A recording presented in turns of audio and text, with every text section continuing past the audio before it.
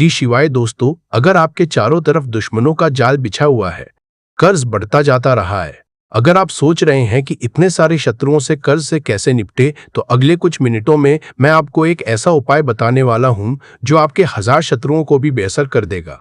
तो अगर आप भी अपने सभी शत्रुओं से एक साथ छुटकारा चाहते हैं तो यह वीडियो आखिर तक देखिए, क्योंकि आज मैं बताने जा रहा हूं कि कैसे सिर्फ 2 जायफल जमीन में गाड़ने से आपके जीवन के सभी दुश्मन, चाहे वे 1000 क्यों न हो, पूरी तरह से बेअसर हो जाएंगे।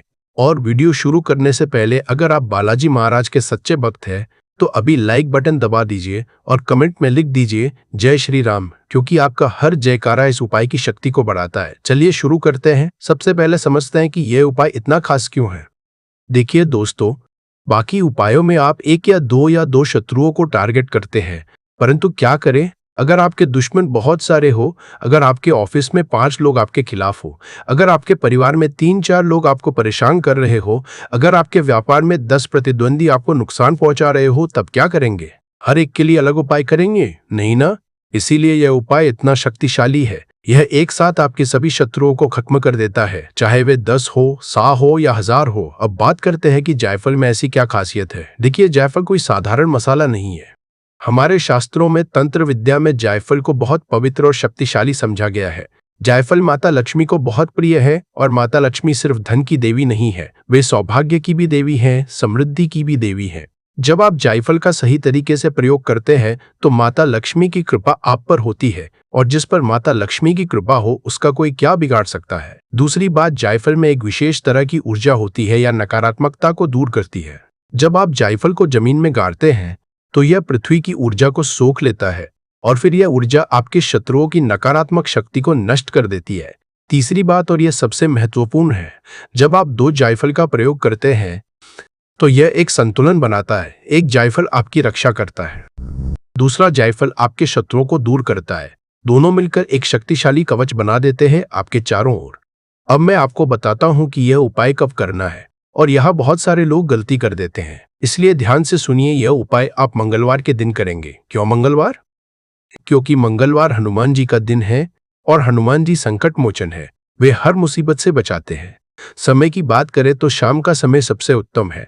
5 बजे से 7 बजे के बीच इस समय को संध्या काल कहते हैं। ये समय बहुत शक्तिशाली होता है। इस समय दिन और रात मिलते हैं, प्रकाश और अंधकार मिलते हैं, और इस समय किया गया कोई भी उपाय बहुत जल्दी फल देता है। अच्छा, अब मैं आपको चरण दर चरण प्रक्रिया बताऊंगा। सामग्री इकट्ठा करना। आपको चाहिए 2 जायफल। ध्यान रहे, साबुत जायफल चाहिए, टूटे फूटे नहीं। दोनों एक जैसे साइज के हो तो बेहतर है। फिर आपको चाहिए एक सफेद कागज, एक काला पेन या मार्कर, थोड़ी सी हल्दी का पाउडर, थोड़ा सा सिंदूर, और एक छोटा सा गमला, या फिर आपके घर में कहीं जमीन हो तो वहां आप सीधे गाड़ सकते हैं। मंगलवार के दिन शाम को 5 बजे के बाद स्नान कर लीजिए। साफ कपड़े पहन लीजिए। अगर लाल या भगवा रंग के कपड़े हो तो बेहतर है, परंतु अगर नहीं है तो कोई बात नहीं। देन एक साफ थाली लीजिए, उसमें सारा सामान रख लीजिए। एक दीपक भी जला लीजिए हनुमान जी के सामने। अब दोनों जायफल को उठाइए। पहले जायफल को हल्दी से पोंछिए, फिर उस पर थोड़ा सा सिंदूर लगाइए। ऐसा ही दूसरे जायफल के साथ भी करिए। अब सफेद कागज लीजिए, उस पर काले पेन से लिखिए शत्रु। बस इतना ही। शत्रु किसी का नाम नहीं, क्योंकि यह उपाय आपके सभी शत्रुओं के लिए है। अब इस कागज को छोटा सा मोड़ लीजिए और दोनों जायफल के बीच में रख दीजिए। एक जायफल नीचे, बीच में कागज, ऊपर दूसरा जायफल। अब यह बहुत महत्वपूर्ण है, ध्यान से सुनिए। इन दोनों जायफल को अपने दोनों हाथों में पकड़ लीजिए। आंखें बंद कर लीजिए। आंखें बंद कर हनुमान जी का ध्यान कीजिए और यह मंत्र बोलिए। मंत्र है ओम हन हनुमते रुद्रात्मकाय हुम फट। एक बार फिर ओम हनुमते रुद्रात्मकाय हुम फट। यह मंत्र बहुत शक्तिशाली है। यह हनुमान जी के रुद्र रूप का मंत्र है। जब हनुमान जी रुद्र रूप में आते हैं तो कोई उनके सामने टिक नहीं सकता। यह मंत्र आपको 25 बार बोलना है, मतलब 50 एक बार। अगर माला है तो गिन लीजिए, नहीं तो अंदाजन मंत्र बोलते समय मन में भावना कीजिए। सोचिए कि आपके सभी शत्रु हैं, जाने अनजाने में जितने भी लोग आपको नुकसान पहुंचा रहे हैं, सब। और अब ये दोनों जायफल उन सब से आपकी रक्षा करेंगे। मंत्र जाप के बाद अपनी भाषा में हनुमान जी से प्रार्थना कीजिए। बोलिए, हे हनुमान जी, हे बजरंग बली, आप सबसे महान है। आपने लंका जलाई, राक्षसों का संहार किया, संजीवनी पर्वत उठाया। आपसे बड़ा बलवान कोई नहीं। हे प्रभु, मेरे जीवन में बहुत सारे शत्रु हैं। कुछ मैं जानता हूँ, कुछ गुप्त है। वे सब मिलकर मुझे परेशान कर रहे हैं, मेरा काम बिगाड़ रहे हैं, मेरे घर में अशांति फैला रहे हैं। हे संकट मोचन, मैं आपसे विनती करता हूँ, इन दोनों जायफल में अपनी शक्ति भर दीजिए। जब मैं इन्हें जमीन में गाड़ूंगा तो ये मेरे सभी शत्रुओं को बेअसर कर दे, उनकी सारी योजनाएं धरी की धरी रह जाए, वे मेरा कुछ भी बुरा ना कर सकें। और हे प्रभु, अगर संभव हो तो उनकी बुद्धि को भी ठीक कर दीजिए, ताकि वे समझ सकें कि दुश्मनी से कुछ नहीं मिलता। जय हनुमान, जय बजरंगबली, जय श्री राम। ये प्रार्थना दिल से कीजिए, सच्ची भावना से। अब आता है सबसे महत्वपूर्ण काम, इन दोनों जायफल को जमीन में गाड़ना। देखिए, अगर आपके घर में बगीचा है या आंगन में कहीं मिट्टी है तो वहां गाड़ सकते हैं। अगर फ्लैट में रहते हैं, पार रहते हैं, तो एक गमला ले लीजिए, उसमें मिट्टी भर लीजिए और उसमें गाड़ दीजिए। गाड़ते समय एक बात का ध्यान रखें, दोनों जायफल को इस तरह गाड़े कि वे आपस में छू रहे हो, मतलब एक के ऊपर एक और बीच में वो कागज हो। गहराई कितनी हो? लगभग 2-3 इंच, ज्यादा गहरा नहीं। और ऊपर से अच्छे से मिट्टी डाल दीजिए। अब जहां आपने गाड़ा है उस जगह पर थोड़ा सा पानी छिड़क दीजिए, बस इतना कि मिट्टी गीली हो जाए। और फिर एक बार फिर से बोलिए, जय हनुमान, जय बजरंगबली। बस आपका उपाय पूर्ण हो गया। अब अगले 7 दिन बहुत महत्वपूर्ण है। इन 7 दिनों में रोज सुबह हनुमान चालीसा का पाठ कीजिए। अगर पूरी चालीसा नहीं पढ़ सकते तो कम से कम यह छोटा मंत्र बोलिए, ओम हन हनुमते नमः, 8 बार। जहां आपने जायफल गाड़े हैं वहां रोज थोड़ा पानी दीजिए, बस थोड़ा सा, ज्यादा नहीं। और सबसे जरूरी बात, इन 7 दिनों में किसी से झगड़ा मत कीजिएगा, गुस्सा मत कीजिएगा, शांत रहिए, सकारात्मक रहिए। अब आप सोच रहे होंगे कि इन 7 दिनों में क्या होगा, तो सुनिए। पहला और दूसरा दिन आपके शत्रुओं को बेचैनी होने लगेगी। जो लोग आपके खिलाफ साजिश कर रहे थे उनके मन में शंका पैदा होगी, वे आपस में ही लड़ने लगेंगे। तीसरा और चौथा दिन आपके शत्रुओं की योजनाएं फेल होने लगेंगी। जो भी वे आपके खिलाफ कर रहे होंगे वह उल्टा पड़ेगा, उन्हें खुद को नुकसान होगा। पांचवा और छठा दिन आपके कुछ शत्रु आपसे दूर हो जाएंगे, या तो उनका ट्रांसफर हो जाएगा या वे खुद ही आपसे बात करना बंद कर देंगे। सातवां दिन आप देखेंगे कि आपके जीवन में शांति आ गई है, जो तनाव था वह कम हो गया है, काम धंधा सुधरने लगा है, घर में खुशहाली आने लगी है। अब मैं जानता हूं कि कुछ लोगों के मन में सवाल होंगे, तो चलिए कुछ सवालों के जवाब देते हैं। सवाल नंबर 1, क्या महिलाएं ये उपाय कर सकती हैं? जी हाँ, बिल्कुल, परंतु पीरियड्स के दौरान नहीं, उन दिनों के बाद करें। सवाल नंबर 2, क्या ये उपाय एक बार ही करना है? जी हाँ, एक बार काफी है, परंतु अगर आपको लगे कि पूरा असर नहीं हुआ तो 3 महीने बाद फिर से कर सकते हैं, परंतु ज्यादातर मामलों में एक बार काफी होता है। सवाल नंबर 3, जायफल को कितने दिन तक जमीन में रहने देना है? कम से कम 21 दिन। उसके बाद आप चाहे तो निकाल सकते हैं या फिर वहीं रहने दे सकते हैं, कोई फर्क नहीं पड़ता। सवाल नंबर 4, क्या इस उपाय से किसी को नुकसान होगा? देखिए, यह उपाय सिर्फ आपकी रक्षा करता है, यह किसी को नुकसान नहीं पहुंचाता। यह बस आपके शत्रुओं की नकारात्मक शक्ति को बेअसर कर देता है। सवाल नंबर 5, अगर मुझे मेरे शत्रुओं के नाम पता है तो क्या मैं नाम लिख सकता हूँ? नहीं, इस उपाय में नाम नहीं लिखना है, सिर्फ शत्रु लिखना है, क्योंकि यह उपाय आपके सभी शत्रुओं के लिए है, जाने अजाने में जो भी आपको नुकसान पहुंचा रहे हैं सबके लिए। अब मैं आपको बताता हूं कि लोगों ने इस उपाय से क्या अनुभव किया। अमित ने दिल्ली से एक संदेश भेजा है, लिखा है, गुरुजी, मेरे ऑफिस में 7 लोग मिलकर मेरे खिलाफ बॉस को भड़का रहे थे, मुझे नौकरी से निकलवाने की कोशिश कर रहे थे। आपके उपाय के बाद उनमें से 3 का ट्रांसफर हो गया, बाकी 4 अब मुझसे नॉर्मल बात करते हैं, मेरी नौकरी बच गई, बहुत बहुत धन्यवाद। लेखा ने पुणे से एक संदेश भेजा है, लिखा है, मेरे पति के परिवार में सब लोग मुझे परेशान करते थे, सास, ननद, देवर सब मेरे पति को भड़काते थे। आपके उपाय के बाद चमत्कार हो गया, अब सब मुझसे प्यार से बात करते हैं, मेरे पति भी समझ गए कि मैं सही हूँ, घर में शांति है। और विकास ने अहमदाबाद से एक संदेश भेजा है, लिखा है, मेरे व्यापार में 5 प्रतिद्वंदी थे, सब मिलकर मेरी दुकान के सामने अपनी दुकानें खोल चुके थे, मेरा बिजनेस बंद होने की कगार पर था। आपके उपाय के बाद उन 5 में आपस में लड़ाई हो गई, 2 ने अपनी दुकानें बंद कर दी, बाकी 3 अब मुझसे दूर रहते हैं, मेरा बिजनेस फिर से चल पड़ा है। तो आप देख सकते हैं, यह सिर्फ कहानियां नहीं है, असली लोगों के असली अनुभव हैं। अब कुछ महत्वपूर्ण सावधानियां जो आपको ध्यान में रखनी है। जायफल हमेशा साबुत खरीदे, टूटे फूटे ना हो, किसी अच्छी दुकान से ले। यह उपाय मंगलवार को ही करे, किसी और दिन नहीं। समय का ध्यान रखें, 5 बजे से 7 बजे के बीच। मंत्र जाप में कमी ना करे, पूरे पठाडल बार बोले। इस उपाय के बारे में किसी को मत बताइए, जितना गुप्त रहेगा उतना असरदार होगा। अगले 7 दिन शुद्ध रहिए, मांस, शराब, तंबाकू से दूर रहिए। रोज हनुमान जी को याद करिए, उनका धन्यवाद करिए, सकारात्मक रहिए, शक मत करिए, विश्वास रखिए। अब मैं आपको बताता हूँ कि इस उपाय की शक्ति को और कैसे बढ़ा सकते हैं। मंगलवार को हनुमान जी के मंदिर जाइए, प्रसाद चढ़ाइए, चालीसा पढ़िए, घर में रोज हनुमान जी की तस्वीर के सामने दीपक जलाइए, गरीबों को खाना खिलाइए, दान कीजिए, किसी की मदद कीजिए, अच्छे कर्म कीजिए, और सबसे जरूरी बात, क्षमा कीजिए और अपने शत्रुओं को माफ कीजिए। मन में कड़वाहट मत रखिए, क्योंकि जब आप क्षमा करते हैं तो आप खुद हल्के हो जाते हैं और तब सकारात्मक ऊर्जा आपके पास आती है। तो दोस्तों, यह था वह पूरा उपाय, 2 जायफल जमीन में गाड़ने का उपाय जो आपके 1000 शत्रुओं को भी बेअसर कर सकता है। अब फैसला आपका है, आप इसे करेंगे या नहीं।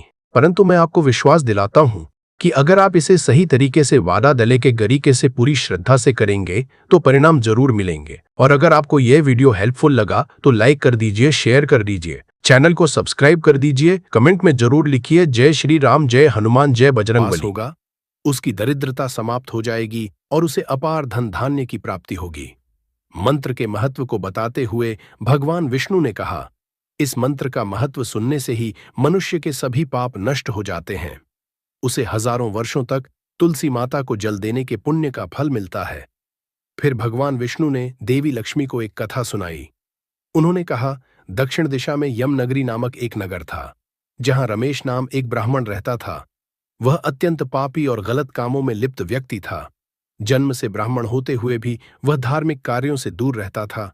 ना वह पूजा करता, न ध्यान, न जप, और ना ही किसी का सत्कार करता। वह मदिरापान और मांसाहार भी करता था और हमेशा अनैतिक कार्यों में व्यस्त रहता था। और वह ब्राह्मण दिन में खेत में काम करके पत्ते बेचकर अपनी जीविका चलाता था और रात में वेश्याओं के पास जाता था। इस तरह उसने अनेक वर्षों तक अपना जीवन इसी पापपूर्ण तरीके से बिताया। फिर एक दिन वह दुर्बुद्धि ब्राह्मण पत्ते इकट्ठा करने के लिए एक आरशी की वाटिका में पहुंचा और पत्ते तोड़ने लगा। तभी एक काले सर्प ने, जो काल के रूप में वहां उपस्थित था, उसे काट लिया। उसी समय उसकी मृत्यु हो गई। उसकी मृत्यु के तुरंत बाद यमराज के दूत वहां प्रकट हुए और उसकी आत्मा को लेने के लिए आए। वे उसे यमलोक ले जाने लगे। मार्ग में वह ब्राह्मण यमदूतों के सामने रोने और विलाप करने लगा। उसने कहा, हे दूतों, मुझे कहां ले जा रहे हो? मुझे छोड़ दो, मेरे प्राण बचा लो। लेकिन यमदूत बोले, अरे पापी ब्राह्मण, तेरे दुष्कर्म के कारण तुझे यह दंड मिला है। अब यमराज तुझे घोर नरक में डालेंगे। यमलोक पहुंचने पर चित्रगुप्त ने उस ब्राह्मण का पूरा लेखा जोखा प्रस्तुत किया। उन्होंने कहा, हे धर्मराज, इस ब्राह्मण ने अपने पूरे जीवन में केवल पाप किए हैं। इसने कभी कोई पुण्य कार्य नहीं किया। धर्मराज ने दूतों से कहा, हे दूतों, इस घोर पापी ब्राह्मण को नरक में डाल दो। इसे अपने कर्मों का फल भोगना होगा। यमदूत उस ब्राह्मण को नरक में ले गए और उसे भयंकर अग्नि में धकेल दिया। वह कई वर्षों तक नरक की यातनाएं सहता रहा। इसके बाद उसे अगले जन्म में बैल के रूप में जन्म मिला।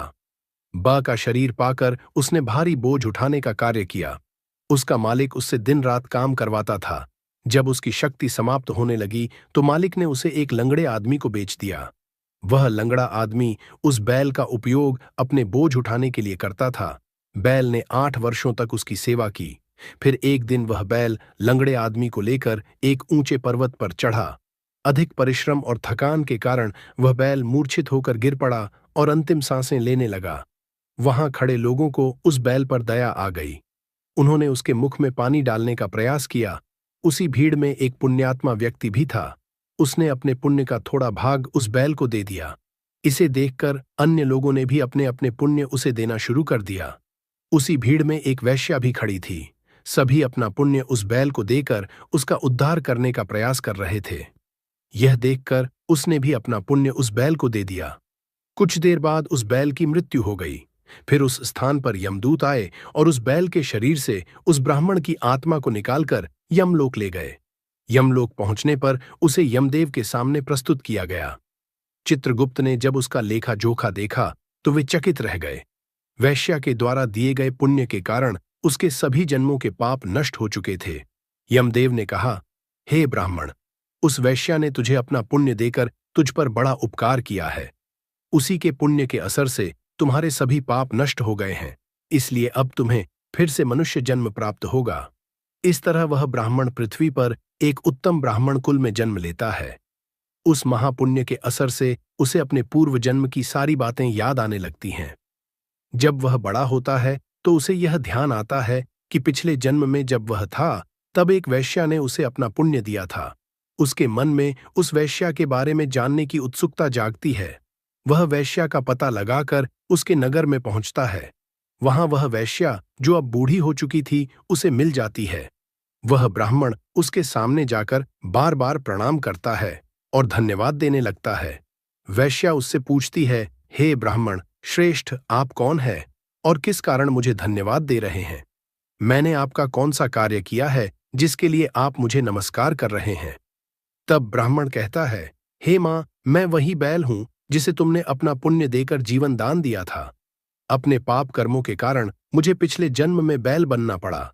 उस पर्वत पर जब मैं अंतिम सांसें ले रहा था, तब तुमने अपना पुण्य मुझे दे दिया था। उसी पुण्य के असर से ही आज मुझे फिर से मनुष्य जन्म मिला है और अपने पूर्व जन्म की सारी बातें याद हैं। किंतु हे मां, मैं यहां यह जानने आया हूं कि तुमने मुझे कौन सा पुण्य दिया था जिससे मेरे सभी पाप नष्ट हो गए। मैं उस पुण्य के बारे में जानना चाहता हूं। तब वैश्या ने कहा, हे ब्राह्मण श्रेष्ठ, मैंने तो अपने जीवन में कोई पुण्य का कार्य नहीं किया है, पर मेरे घर में एक तोता है जो पिंजरे में रहकर हमेशा कुछ बोलता रहता है, जिसे सुनकर मेरा अंतःकरण पवित्र हो गया। वही मंत्र मैंने आपको पुण्य स्वरूप दान किया। फिर वह वैश्या और ब्राह्मण उस तोते के पास गए और उससे पूछने लगे, हे शुक, तुम कौन सा मंत्र बोलते हो जिससे हमारे जीवन का उद्धार हुआ? यह मंत्र तुम्हें किसने सिखाया और इसका क्या अर्थ है? तब उस तोते ने अपने पूर्व जन्म का वृतांत सुनाना शुरू किया।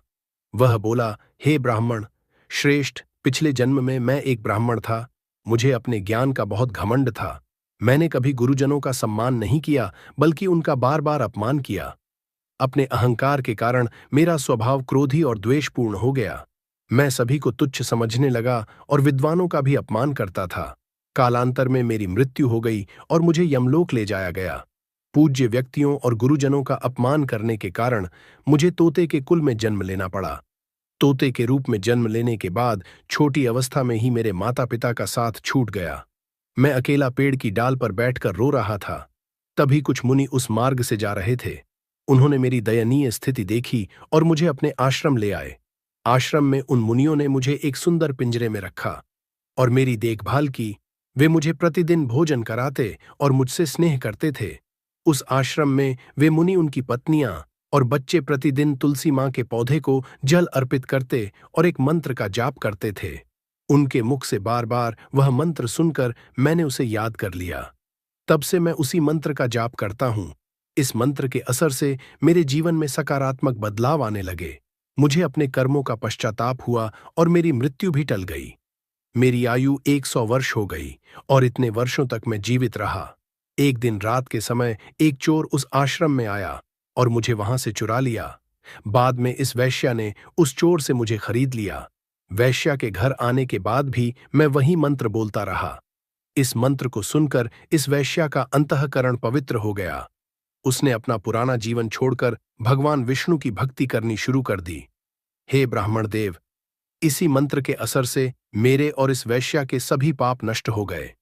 यही मंत्र आपको भी पाप मुक्त कर चुका है। इस तरह तोते ने उस ब्राह्मण और वैश्या को पूरा वृतांत सुना दिया। यह ब्राह्मण और वैश्या दोनों बहुत प्रसन्न हुए। उन्होंने तय किया कि अब वे प्रतिदिन तुलसी मां को जल अर्पित करेंगे और उस मंत्र का जाप करेंगे।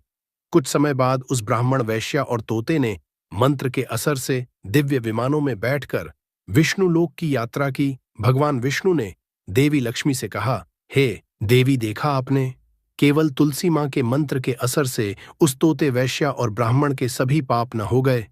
इसीलिए हर व्यक्ति को प्रतिदिन तुलसी मां को जल अर्पित करते हुए इस मंत्र का जाप जरूर करना चाहिए। वह मंत्र इस तरह है, ओम वृंदावन स्वाहा, ओम वृंदावन स्वाहा। जो स्त्री प्रतिदिन तुलसी मां के सामने इस मंत्र का उच्चारण करेगी वह सौभाग्यशाली बनेगी। जो पुरुष इसका जाप करेगा उसे अक्षय धन की प्राप्ति होगी। जिस घर में प्रतिदिन तुलसी मां की पूजा होगी वहां लक्ष्मी जी का सदा स रहेगा।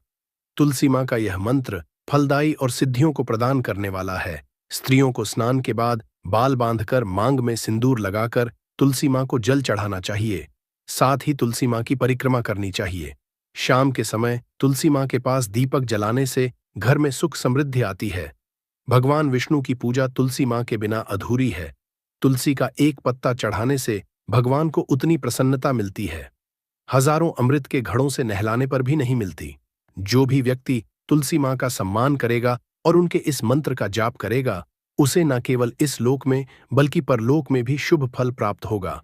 ऐसा फल तुलसी मां के पत्तों के दान से मिलता है जो मृत्यु के समय अपने मुख में तुलसी के पत्तों का जल ग्रहण करता है, ऐसा व्यक्ति अपने सभी पापों से मुक्त होकर भगवान विष्णु के धाम जाता है।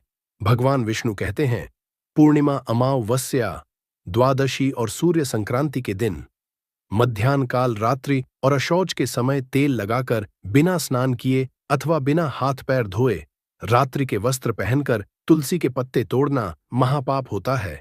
श्राद्ध, व्रत, दान, प्रतिष्ठा और देव पूजा के लिए तोड़े गए तुलसी के पत्ते 3 रात तक पवित्र रहते हैं। तुलसी के पत्तों को बिना नष्ट किए उसके अग्रभाग को तोड़ना चाहिए। तुलसी की मंजरी, जो सभी फूलों से श्रेष्ठ मानी जाती है, उसे तोड़ते समय पत्तियों का होना आवश्यक है। पौधे को बिना हिलाए केवल अग्रभाग को तोड़ना चाहिए ताकि पूजा का फल और बढ़े। तुलसी के पत्तों को कभी नाखून से नहीं तोड़ना चाहिए, क्योंकि इससे पाप लगता है। रात्रि के समय तुलसी के पौधे को छूना या उसके पत्ते तोड़ना अशुभ समझा जाता है, क्योंकि रात्रि में वह निद्रा अवस्था में होती है। गुरुवार को तुलसी के पौध में थोड़ा कच्चा दूध अर्पित करें और इस दौरान ओम नमो भगवते वासुदेवाय नमः मंत्र का जाप करें। तुलसी के पौधे के पास शालिग्राम रखें और तिल चढ़ाएं। शालिग्राम पर तुलसी के पत्ते रखकर चंदन का तिलक करें। अगर कोई महिला मासिक धर्म में है तो तुलसी की पूजा से बचे, क्योंकि इस समय तुलसी को छूना पाप होता है, जिससे महिला की दुर्गति हो सकती है। भक्तों, इस तरह भगवान विष्णु ने देवी लक्ष्मी को तुलसी के जल देने के मंत्र का महत्व बताया। इस कथा को सुनकर कृपया कमेंट करके बताएं कि आपको यह कथा कैसी लगी। यदि यह जानकारी आपके लिए लाभकारी रही हो तो वीडियो को लाइक जरूर करें। अगर आप भी मां लक्ष्मी को अपने घर में लाना चाहते हैं तो कमेंट बॉक्स में जय मां लक्ष्मी, आपका हमारे घर में स्वागत है। तुलसी की मिट्टी से ये एक उपाय भगवान श्री हरि विष्णु और माता लक्ष्मी जी के आशीर्वाद से जीवन के हर कष्टों से तुरंत मिल जाएगी। आपको मुक्ति, आपकी हर मनोकामना होगी पूरी और दोस्तों, खुशियों से भर जाएगा। आपका घर बन जाओगे, आप करोड़पति। क्योंकि दोस्तों, इस बार साल बहुत सारे शुभ योगों का निर्माण हो रहा है, जो कि कई वर्षों बाद आया है। इसीलिए दोस्तों, इस दिन का महत्व बहुत ही ज्यादा बड़ा होता है और इस दिन आप लोगों को यह तुलसी की मिट्टी वाला उपाय जरूर करना चाहिए, जो कि पंडित जी ने अपनी अभी की ही कथा में यहाँ पर बताया हुआ है। तो दोस्तों, इस उपाय को आपको कैसे करना है, कब करना है, कहाँ पर करना है और उपाय को करते समय आपको किन किन बातों का ध्यान रखना है, ये सारी जानकारी हम आपको इस वीडियो में देंगे। तो चलिए दोस्तों, वीडियो में आगे बढ़ते हैं। देखिए, यह दिन इतना खास होता है, इतना महत्वपूर्ण होता है। देखा गया कभी कभी बड़े बड़े पूजा पाठ अनुष्ठान से जो मनोकामना पूर्ण नहीं होती है, वह एक छोटे से उपाय करने से ही आपकी सभी मनोकामना पूर्ण हो जाती है। और बहुत सारे लोगों ने इस उपाय को किया भी है और उनको इस उपाय को करने का फल भी जरूर मिला है। अगर आप लोग भी करना चाहते हैं तो आप इस उपाय को पहले अच्छे से समझ लेना, सुन लेना, उसके बाद करना। आपको इस उपाय का फल जरूर मिलेगा और इस उपाय को करने से आपके घर में चाहे किसी भी तरह की दुख और परेशानी क्यों ना चल रही हो, आपको उसका कारण भी नहीं पता है कि दोस्तों ये परेशानी किस कारण से चल रही है, तो उसका कुछ भी कारण हो सकता है। जैसे पितृदोष हो सकता है, शनि दोष हो सकता है, या किसी भी तरह का मंगल दोष भी हो सकता है। और भी बहुत तरह होते हैं, कुछ भी हो सकता है। पर आपको इस उपाय को करने के लिए अपने दोष को पता लगाने की भी जरूरत नहीं है। इस तुलसी की मिट्टी वाला उपाय को आप लोगों को कर लेना है। दोस्तों, अब हम समझते हैं इस वाले उपाय को हमें करना किस समय है। तो सबसे पहली बात दोस्तों, हम समझते हैं कि यह तुलसी की मिट्टी वाला उपाय करना किसको है। तो देखिए, यहां पर सीधी सी है कि यह तुलसी की मिट्टी वाला उपाय जो उपाय है, ये किस लिए किया जा रहा है। यह मनोकामना को पूर्ण करने के लिए किया जा रहा है, या आपके जीवन में जो दुख और परेशानियां हैं उनको दूर करने के लिए किया जा रहा है, या आपका कोई बड़ा काम है जो कि नहीं हो पा रहा है, आप उसके लिए इस उपाय को कर सकते हो। तो सीधी सी बात यह है कि आप अपनी किसी भी तरह की मनोकामना के लिए इस वाले उपाय को कर सकते हो। तो यह उपाय व्यक्ति कर सकता है जिस व्यक्ति को अपनी किसी भी तरह की मनोकामना भगवान शिव जी से पूर्ण करवानी हो। और अगर कोई भी माताएं, बहनें जो है अपने घर की सुख और शांति के लिए, घर में धन समृद्धि को बढ़ाने के लिए वाला उपाय करना चाहती है, तो घर की जो बड़ी माताएं, बहनें होंगी, वह इस तुलसी की मिट्टी वाला उपाय को विशेष रूप से करें, क्योंकि माताएं, बहनें घर की लक्ष्मी होती हैं। और जब घर की लक्ष्मी कोई विशेष उपाय करती है तो उस फल ही बहुत जल्दी मिल जाता है और बहुत बड़ा होकर मिलता है। अन्यथा इस उपाय को कोई भी व्यक्ति कर सकता है, चाहे वह बड़ा हो, चाहे वह छोटा हो, चाहे वह बच्चा हो। जिस व्यक्ति को यह तुलसी की मिट्टी वाला उपाय समझ आ गया, वह व्यक्ति इस तुलसी की मिट्टी वाला उपाय को किसी भी दिन जरूर करे, क्योंकि उसको इस उपाय को फल बहुत ही जल्दी मिल जाएगा, क्योंकि भगवान शिव जी बहुत आसानी से प्रसन्न हो जाते हैं। तो आइए अब हम समझते हैं कि इस तुलसी की मिट्टी वाला उपाय को आपको करना कैसे है, और इस उपाय को करने का जो समय है वह क्या है। तो देखिए, यह तुलसी की मिट्टी वाला जो उपाय है, यह मुख्य रूप से सुबह का समय होगा, प्रातः काल का समय होगा। किस समय होगा? सुबह का समय होगा। आपको कोशिश यही है कि सुबह के समय हम इस तुलसी की मिट्टी वाला जो उपाय को कर लें। पर किसी कारणवश अगर आप सुबह को इस उपाय को ना कर पाओ, आपको कहीं काम से जाना हो या किसी और काम की वजह से आप उपाय को ना कर पाओ, तो आपके पास फिर दूसरा मौका रहेगा, जो कि शाम के समय का रहेगा, प्रदोष काल का रहेगा। अब दोस्तों, प्रदोष काल का समय भी एक बहुत ही लोगों के मन में प्रश्न बन जाता है कि दोस्तों, यह समय होता कब है, कितने बजे से लेकर बजे ये समय होता है, ताकि हमें उपाय के लिए जो है करने का समय पता लग जाए। तो हम आपको बता दें, प्रदोष काल का जो एक समय होता है, शाम का समय, वो होता है शाम के 6 बजे से लेकर शाम के 7 बजे के बीच का। इस समय के बीच में आप उपाय को करेंगे तो आपको उस उपाय का जरूर फल मिलेगा। तो शाम के 6 बजे से लेकर शाम के 7 बजे के बीच में आप लोग इस तुलसी की मिट्टी के दीपक वाला जो उपाय को कर सकते हो। तो भैया, बहुत लोग यहाँ पर ये प्रश्न भी जरूर करेंगे कि दोस्तों, हम तो नौकरी पर जाते हैं, हम अपनी ड्यूटी पर जाते हैं और आने में हमें देर हो जाती है, तो उस जगह पर हमें क्या करना चाहिए। तो देखिए, उन लोगों को भी टेंशन लेने की जरूरत नहीं है। अगर आप लोग इस उपाय को शाम के समय प्रदोष काल में कर रहे हैं और अगर आप आने में देरी भी हो जाती है, आपको आने में 7 बजे तक आप नहीं पहुंच पाते हो, तो दोस्तों, आप 7 या रात 8 बजे तक भी अगर उपाय को करोगे तो भी चल जाएगा।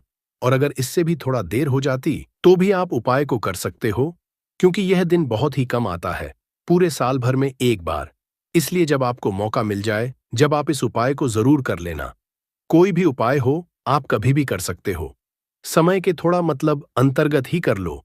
पर किसी कारणवश अगर ना कर पाओ तो फिर आप थोड़ा देरी से भी कर सकते हो, आपको उपाय का फल जरूर मिलेगा। पूज्य गुरुजी ने कि जब भी आपको सिर्फ और सिर्फ तुलसी की मिट्टी वाला उपाय करना है, इससे आपके जीवन में अगर धन वैभव की परेशानी चल रही है, अगर आप रुपए पैसों के लिए बहुत ज्यादा परेशान रहते हैं, आर्थिक तंगी चल रही है, कई कई बार आप कोशिश बहुत करते हैं, मेहनत बहुत करते हैं, लेकिन आपको धन हासिल नहीं हो पाता है, आप मेहनत करने के बावजूद भी सफल नहीं हो पाते हैं, आप अपने व्यापार में असफल हो जाते हैं, नौकरी करने में असफल हो जाते हैं, किसी भी कार्य में अगर आप असफल हो रहे हो या फिर आपको धन की हानि हो रही हो, तो गुरुजी ने कहा कि आपको यह छोटा सा उपाय तो चलिए जानते हैं इस विशेष उपाय के बारे में। लेकिन उससे पहले एक प्रार्थना, अगर आप वास्तुशास्त्र ज्ञान चैनल पर नए हैं तो कृपया चैनल को सब्सक्राइब जरूर कर लें और वीडियो को लाइक करके कमेंट बॉक्स में जय श्री हरि विष्णु जी, जय माता लक्ष्मी जरूर लिख दें, जिससे कि भगवान श्री हरि विष्णु जी और माता लक्ष्मी जी की कृपा सदैव आप और आपके परिवार पर बनी रहे और आपको कभी भी धन से संबंधित किसी तरह की कोई कमी ना हो। आज का यह वीडियो बहुत ही खास होने वाला है, क्योंकि किए जाने वाले 3 विशेष उपाय आज आपको इस वीडियो में बताए जाएंगे। यह उपाय आप अपनी परेशानी के अनुसार कर सकते हैं। इन उपायों में आपको धन के उपाय बताए जाएंगे, आपकी मनोकामना पूर्ति के उपाय बताए जाएंगे। जीवन में किसी भी तरह के संकट चल रहे हैं, परेशानियां चल रही हैं, तो उनको दूर करने के उपाय बताए जाएंगे। चलिए जानते हैं पूज्य गुरुजी द्वारा बताए गए सबसे पहले और सबसे खास उपाय के बारे में। इस उपाय के लिए आपको सबसे पहले जरूरत पड़ेगी एक चुटकी तुलसी की मिट्टी की और थोड़ी सी पिसी हुई हल्दी। और आपको तुलसी की मिट्टी का उपाय कर लेना, देखते ही देखते करोड़पति बन जाओगे। क्योंकि आज की वीडियो बहुत ही खास है, विशेषकर उन लोगों के लिए जो अपने जीवन में जल्दी से जल्दी धनवान और महाधनी बनना चाहते हैं, जिनको जल्दी से जल्दी धन चाहिए। यह वीडियो उन लोगों के लिए है, क्योंकि देखिए, तुलसी का जो पौधा होता है, यह कोई साधारण पौधा नहीं होता है। माता लक्ष्मी का स्वरूप होता है तुलसी का पौधा, और मां लक्ष्मी की ही कृपा अगर आपको हासिल करनी है, आपको चाहिए कि आपके घर पर मां की कृपा हमेशा बनी रहे। तो मां लक्ष्मी को अगर प्रसन्न करना है तो आपको सबसे पहले श्री हरि विष्णु को प्रसन्न करना होगा। और श्री हरि विष्णु जहां होते हैं वहां धन की देवी माता लक्ष्मी वास करती है और श्री हरि विष्णु प्रसन्न होते हैं। जब आप तुलसी के उपाय करते हैं, जिस घर में तुलसी का पौधा होता है वहां का वातावरण सकारात्मक होता है, वहां पर पॉजिटिव एनर्जी होती है, वहां पर कभी भी धन की कमी नहीं होती, सुख समृद्धि की कमी नहीं होती है। अब बहुत सारे लोग गलती क्या करते हैं कि तुलसी के पौधे को लाकर गलत दिशा में लगा लेते हैं। साथ ही साथ आप सभी जानते हैं कि यह मौसम ऐसा चल रहा है कि बहुत बार तुलसी का पौधा सूख जाता है। तो अगर आपके घर में भी अगर कोई भी एक ऐसा तुलसी का पौधा है जो सूख गया है, तो तुलसी के पौधे की सूखी लकड़ी का ऐसा उपाय आपको बताएंगे जो रातों रात आपके भाग्य को चमकाने का काम भी करेगा और महाधनी बनाने का काम भी करेगा। क्योंकि तुलसी के पौधे की सूखी लकड़ी ऐसा समझिए कि आपके जीवन में इस तरह से धन को लेकर आएगी जिसके बाद आपने कभी कल्पना भी नहीं की होगी कि कभी आप इतना धनी भी बन जाएंगे। तो चलिए बात कर लेते हैं कौन सा उपाय है, कैसे आपको करना है और किस समय आपको यह उपाय करना है। तो देखिए, उपाय को करने के लिए आपको तुलसी की सूखी लकड़ी लेनी है। कितनी? 7 तुलसी की सूखी लकड़ी लेनी है। चाहे तो तुलसी की जो एक लकड़ी होती है उसे 7 भागों में आप तोड़ लें। छोटा छोटा है ना, बहुत छोटी छोटी सी लकड़ियां आपको तुलसी की लेनी है। अब आपको क्या करवाना है, यहां पर लेना है आपको सूत या फिर सफेद धागा, सफेद कलर का धागा आप ले लें। ये जो सूत आता है जिसे हम मौली धागा कलावा बोलते हैं वो आपको लेना है। अब आपको क्या करना है कि अच्छे से इन 7 तुलसी की लकड़ी को सूत या फिर सफेद धागे से बांध देना है। गोल गोल करके उसको 7 लकड़ी को आपको बांध देना है। बांधने के बाद 7 लकड़ी को आपको अपने घर के मंदिर में श्री हरि विष्णु जी के सामने रख देना है। न किस दिन अब एक देसी घी का दीपक आपको जलाना है। श्री हरि विष्णु के सामने दीपक जला देंगे। अब आपको ये मंत्र बोलना है। कौन सा मंत्र है? ओम नमो भगवते वासुदेवाय नमः, ओम नमो भगवते वासुदेवाय नमः मंत्र बोल लेंगे। इसके बाद आपको क्या करना है, थोड़ी सी हल्दी लेनी है और उस हल्दी के अंदर थोड़ा सा जल मिलाकर उसका तिलक आपको तुलसी जी के पौधे पर जो लकड़ियां हैं न 7 उसके ऊपर लगाना है, श्री हरि विष्णु को लगाना है हल्दी का ही। अब आपको क्या करना है, उन 7 लकड़ियों को अपने घर के मंदिर में ऐसे ही रखा रहने देंगे। अगले दिन शुक्रवार के दिन आपको 7 लकड़ियों को उठाना है और इसे अपनी तिजोरी में आपको रख देना है। कहां पर रखना है? जहां पर आप अपना धन रखते हैं, रुपया रखते हैं, पैसा रखते हैं। अब यह उपाय जब आप करते हैं तो यह समझ लीजिए कि श्री हरि विष्णु इतना ज्यादा आपसे प्रसन्न हो जाते हैं कि आपके जीवन से धन की कमी, गरीबी, पैसे, नाना ऐसी सारी परेशानियों को दूर कर देते हैं। जो लोग इस उपाय को करते हैं वह करोड़ों में खेलते हैं, करोड़ों में आप भी खेलेंगे अगर यह उपाय आप पूरी सच्ची श्रद्धा के साथ किसी भी दिन कर लेंगे। एक ही बार आपको यह उपाय करना है, करके देख लीजिए। इसका रिजल्ट आपको ऐसा मिलेगा ना कि आप अपने जीवन में विश्वास नहीं कर पाएंगे कि कैसे आपके पास धन आ रहा है, कहां से आ रहा है। आपको खुद भी लगेगा इतने रास्ते आपके जीवन में धन आने के खुल जाएंगे कि जहां से आपको लगातार हमेशा धन हासिल होता रहेगा। बस पूरी सच्ची श्रद्धा से आपको श्री हरि विष्णु के ऊपर विश्वास करके यह उपाय करना है। तो चलिए अब जल्दी से बात कर लेते हैं अपने दूसरे उपाय की। देखिए, बहुत बार क्या होता है कि घर में जो पैसा आ रहा होता है अचानक से वह पैसा आना रुक जाता है। अचानक से पैसे की बर्बादी शुरू हो जाती है। अचानक से घर में बीमारियां बढ़ने लगती है। ऐसा होता है आपके घर में जब नेगेटिव एनर्जी, नकारात्मक ऊर्जा कहीं ना कहीं बढ़ जाती है या फिर किसी की नज़र घर को लग जाती है, तो इन चीज़ों को दूर जब तक आप नहीं करेंगे आपके घर में पैसों की बर्बादी बंद नहीं होगी। आपके पास धन नहीं आएगा क्योंकि नज़र लगती है तो घर में पैसा आना भी बंद हो जाता है। अब आपको ये तुलसी की लकड़ी का ही उपाय करना है और फिर देखिए आपके जीवन में भी आपके अटके हुए काम है वह भी बनेंगे और आपके घर में पैसा भी आएगा और आपके घर में जितनी भी परेशानियां आ रही हैं वह सारी परेशानियां भी दूर हो जाएंगी। करना क्या है, तुलसी की लकड़ियां लेनी है। आपको कितनी लेनी है, यहां पर आपको तुलसी की छोटी छोटी सी 7 लकड़ियां लेनी है। तो तुलसी की सूखी 7 लकड़ी आपको लेनी है और साथ ही साथ सफेद रंग का धागा लेना है या फिर सूत लेना है, जो जिसे हम बोलते हैं अच्छे से। उन 7 लकड़ियों को आपको बांध देना है। बांध दिया, अब आपको क्या करना है, थोड़ा सा गंगा जल लेना है।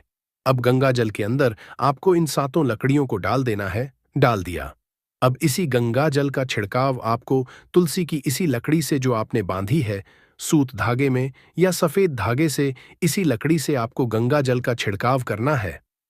अपने पूरे घर में कहां कहां जितने भी कमरे हैं सभी जगह पर, मुख्य द्वार पे भी ना शौचालय, वॉशरूम को छोड़कर।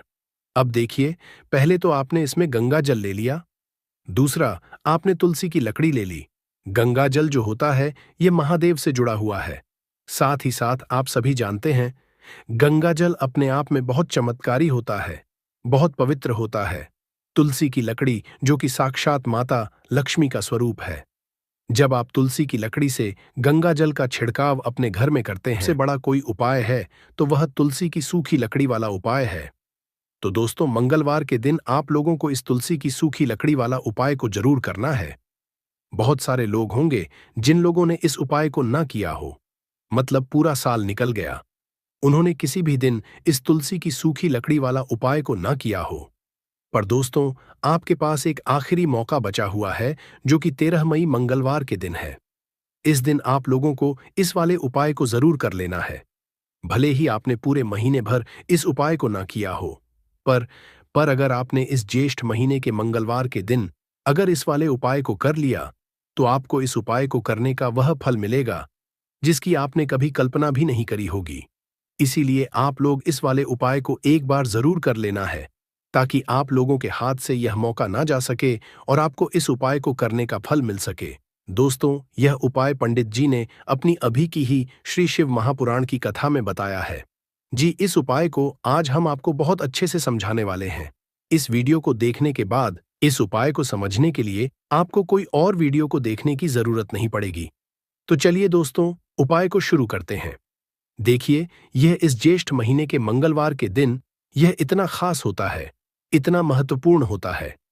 देखा गया है, कभी कभी बड़े बड़े पूजा पाठ अनुष्ठान से जो मनोकामना पूर्ण नहीं होते, वह ज्येष्ठ महीने की मंगलवार के दिन एक छोटे से उपाय करने से ही आपकी मनोकामना पूर्ण हो जाती है। और बहुत सारे लोगों ने इस उपाय को किया भी है और उनको इस उपाय को करने का फल भी जरूर मिला है।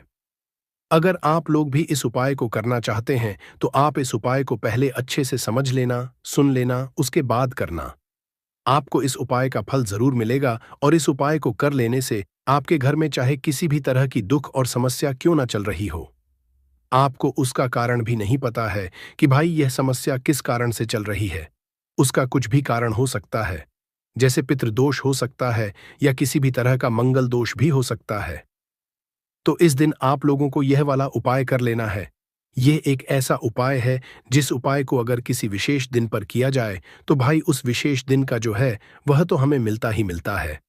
पर हमने उस दिन पर इस उपाय को किया है तो हमें उससे भी बड़ा फल मिलता है और फल बहुत जल्दी मिलता है, क्योंकि आप इस उपाय को बहुत ही बड़े और विशेष दिन पर कर रहे हो।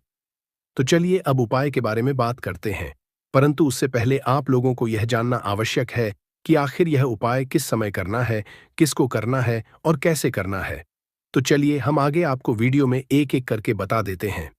परंतु उससे पहले अगर आप लोग हमारे चैनल पर पहली बार आए हैं या फिर मेरी आवाज आज पहली बार सुन रहे हैं, तो हमारे चैनल को सब्सक्राइब जरूर कर लेना और इस वीडियो को लाइक करके कमेंट बॉक्स में श्री शिवाय नमस्तुभयम ओम नमः शिवाय जरूर टाइप कर देना।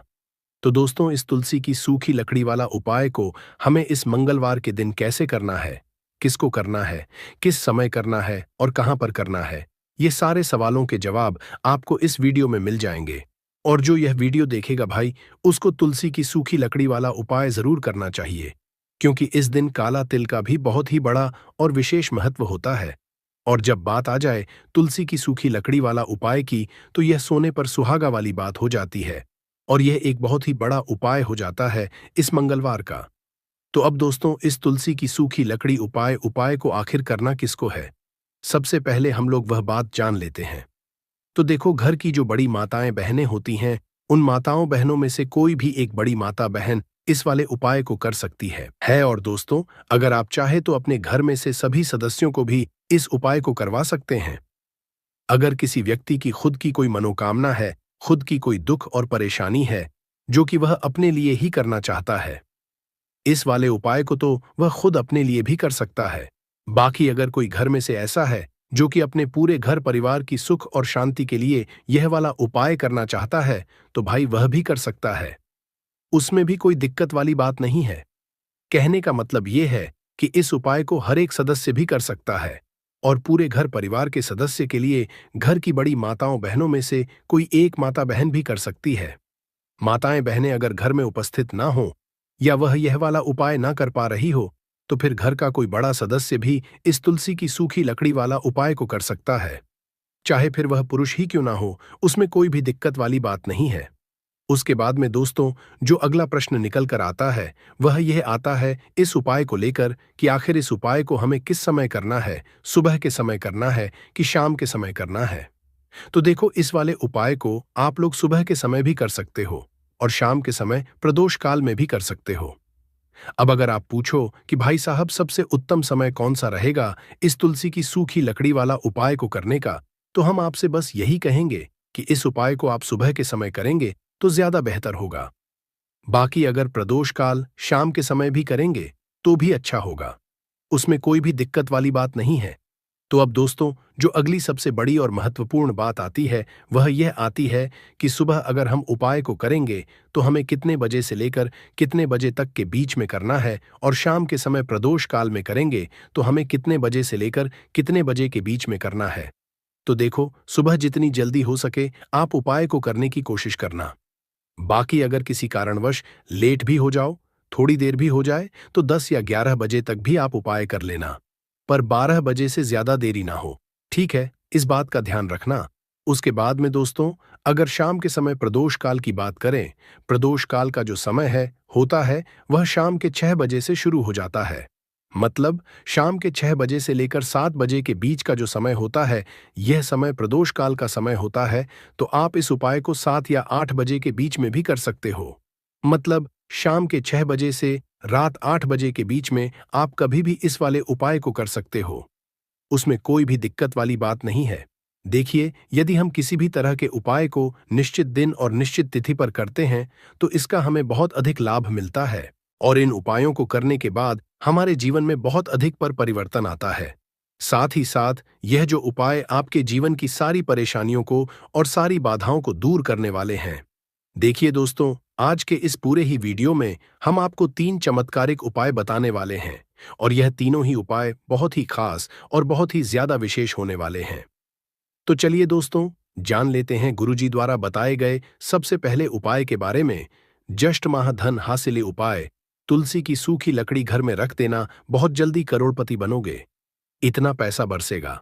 राधे राधे दोस्तों, आपको किसी भी दिन तुलसी की सूखी लकड़ी का उपाय घर पर करना है और ऐसा समझ लीजिए कि तुलसी की सूखी लकड़ी का यह उपाय आपको बहुत जल्दी करोड़पति बनाएगा, क्योंकि जो ज्येष्ठ का महीना है यह श्री हरि विष्णु को सबसे प्रिय महीना है।